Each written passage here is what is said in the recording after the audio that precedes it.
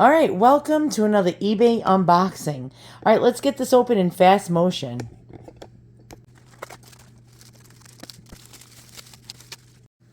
So this had 38 watchers on it, and I was like, there's no way in hell I'm going to win. So what I did was I bid in the last 5 seconds of the auction, and that's called sniping. Now, a lot of people don't like snipers. And what a sniper does is bid in the last few seconds when the clock is ticking and makes it so that nobody else can come back and outbid them. And it's a strategy that helps me win at least, I'm going to say 60 to 70% of auctions on eBay. Does that mean that another sniper can't come in at the last second and outbid me? That means they can absolutely do the same thing as well. But in this case, I got lucky. I won it for a reasonable price. And these usually are not very reasonable, and I'll tell you why. These miniature portraits, and mostly these miniature portraits are done on ivory or on sometimes even porcelain like this one, or on mother of pearl, or pieces of paper that are like cardboard and watercolored or oil painted. And these are highly, highly sought after and collectible. Anything in miniature is highly, highly collectible. And so not only is this example a box, a jewel box, this is a brooch. Sometimes you find them in little picture frames. Sometimes you find them on pendants, on actual bracelets, on brooches like this. And this is really something sensational. We do know that it's very old, and I'll show you why. This is Victorian. If you look here, right on the side, the hinge is a tube hinge. Don't know if you can see that. The lighting in my house is terrible right now. And then if you look here, we have a C catch. Let's go ahead and show you what a C catch looks like. It's shaped like the letter C. They didn't have safety catches until about the 1890s, and it was more popular in Europe than America. In the early 20th century in America, probably sometime in the teens, and mostly after the 20s, 30s, and up into today, they had the rollover safety catch. So we do know that this is Victorian, also because the pin right here juts out past the brooch. And that's telling me this is very old. So let's go ahead and take a look. It's on porcelain, most likely German or French porcelain. We'll flip it over. And this is a hand-painted picture of a princess. And I believe this is Princess, I believe, Lamballe. Lamballe. I cannot pronounce French very well, but Princess Lamballe. Oh my goodness, the story of her really sends shivers down my spine. She was actually a very, very, very good friend of Marie Antoinette, who was married to King Louis XVI during the French Revolution.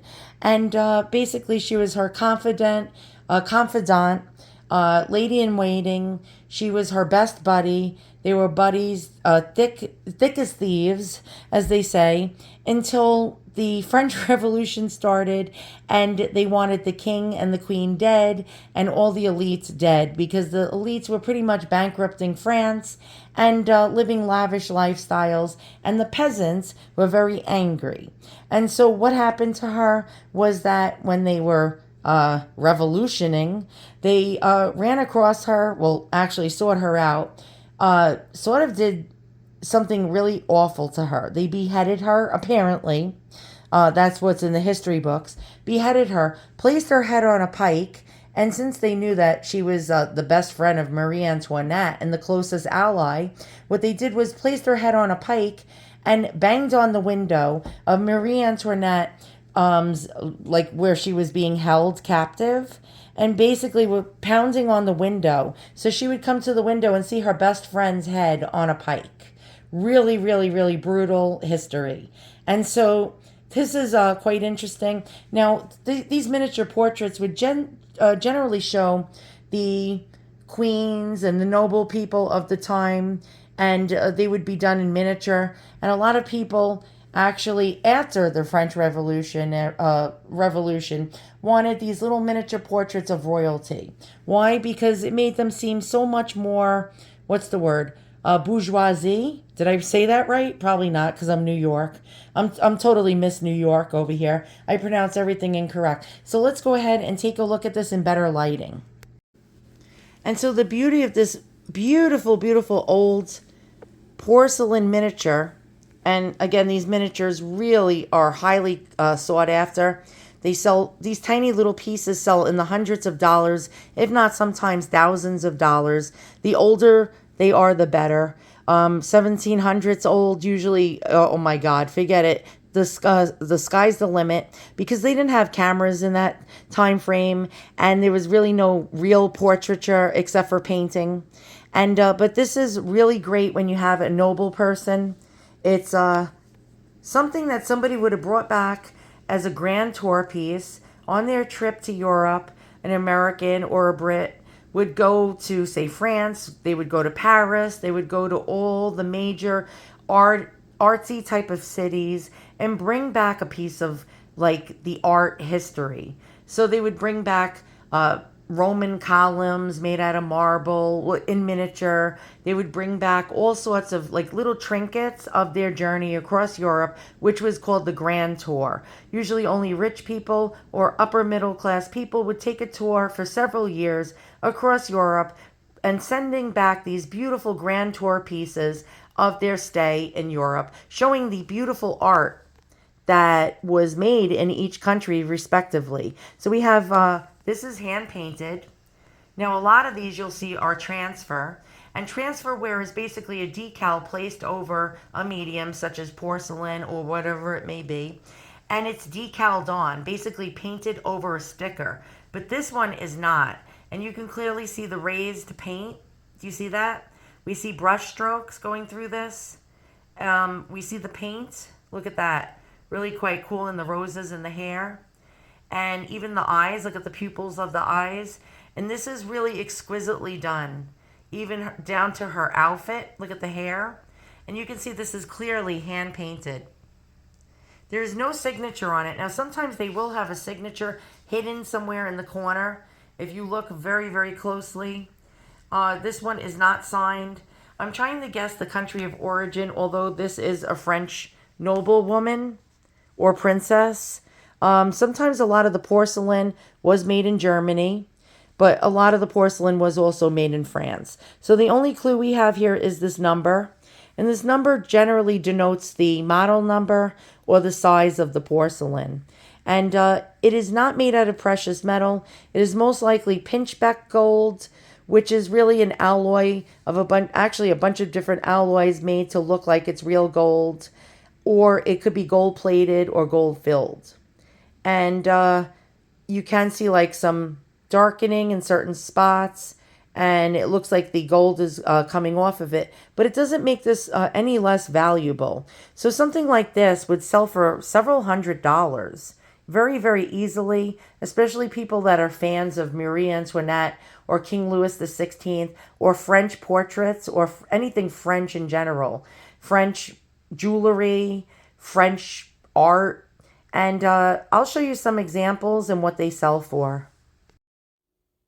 So basically, when it comes to price, the subject matter and how well it's painted and how old it is and whether it's precious metal or not, what the medium it's painted on, it's all different factors about pricing, or it's subjective. So somebody that might put a price of 500 on something, another person will find a similar one and sell it for 60 bucks on eBay. And so for example, here's a 1750s one. And this one is $766. This is actually on 10K gold. Here's another little portrait miniature pin. And this one's very, very pretty, as you can see. And this one's being sold for $1,178. This is Lamage's French. And Lamage is an area of France. It's not a porcelain brand. Let's go back and let's get out of here. Let's check out some more. Some are made with a low carat gold. Some are not. Some are made with actual paste jewels or real jewels. Let's go ahead and look at some more of these. And again, whatever price someone decides to put it on, high or low, people generally like to buy them. Here's all the different ones you can find. And some of them are exquisitely done, some of them not. Let's check out this one. And this is a miniature on ivory of Madame Pompadour. And we just clicked on it. Here it is. This one does have semi-precious stones going around it. It is most likely maybe real gold. This one is enormous. It's huge. It's actually not even a brooch as I'm looking at it. It's a portrait in a frame like I was telling you guys about. Let's go back up. And you can see that's the backing on it, but it can be worn as a pendant as you see that little circle on the top. Let's go ahead and read the description and see if we can see a price. This one's $485.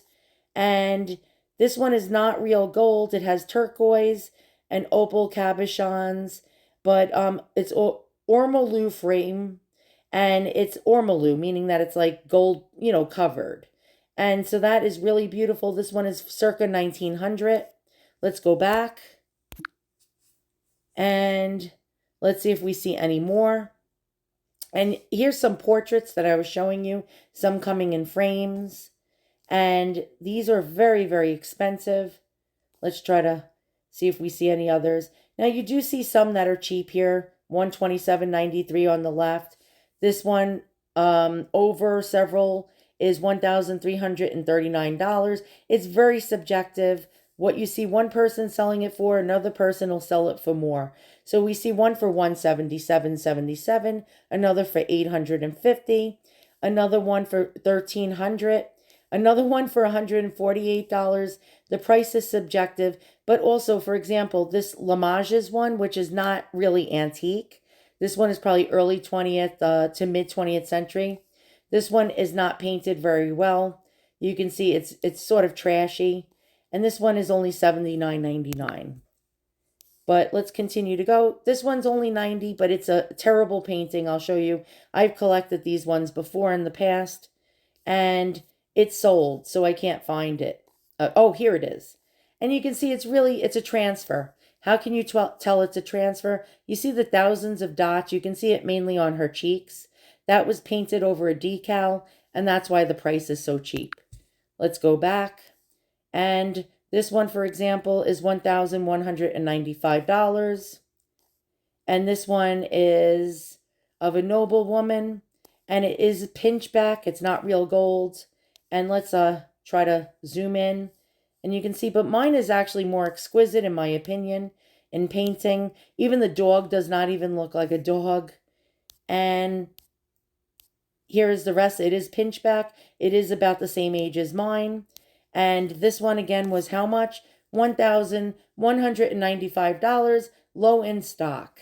I love the way Etsy says low in stock. It's an antique. It's not going to be like loads of them. Here's some of them. This one that's $82.65 is a Lamage's one from the 1950s. It's not very valuable, but I'm going to try to show it to you anyway. This one is transfer, and you can see the thousands of dots. Look along her neck, her cheeks.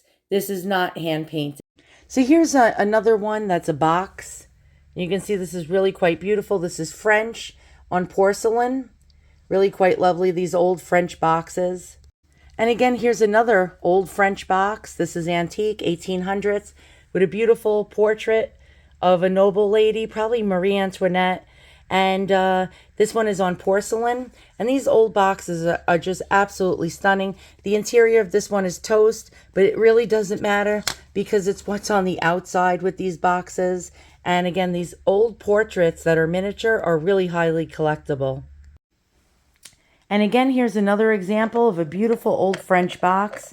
And this has a porcelain, actually not porcelain, but it's on ivory. And it's hand painted. It's probably Marie Antoinette herself. Let's try to zoom in if we can. And you can clearly see this is hand painted. It's not transfer. It does have an artist signature hidden over there. These old boxes sell in the $300 to about the $900 price range, depending on where it's being sold. On eBay, sadly, you can probably get no more than $150 to $200 for one of these. But if you sell it on better websites such as Etsy with fixed prices, or Ruby Lane, or First Dibs, something like this would sell between $500 to $900 very easily. And now we have our Marie Antoinette friend, or ex-friend, ex-beheaded friend. This is again Lady, actually it's Princess Lamballe. I can't even pronounce it correctly, But this pin over here is probably worth anywhere between $375 to $575. It depends on where you list it. On eBay, no more than about $50 to $75. It's subjective. Price is very subjective. If somebody wants it bad enough, they'll pay for it. If somebody can't afford to pay top dollar for it, they hunt for these on eBay and get them for way cheaper, because most sellers that sell on eBay nowadays get these things at a thrift store for a song and are happy enough just to flip something like this for 50 bucks or less. I won this for $46.98. There was a whole shitload of people watching this. Last second snipers coming in with me, but I did snag this with 5 seconds left, 5 or 3 seconds left to the auction's ending. It was a great score, a great price, and fun to share with you guys. So thanks for watching. See you guys soon, and hopefully we'll find more of these shortly.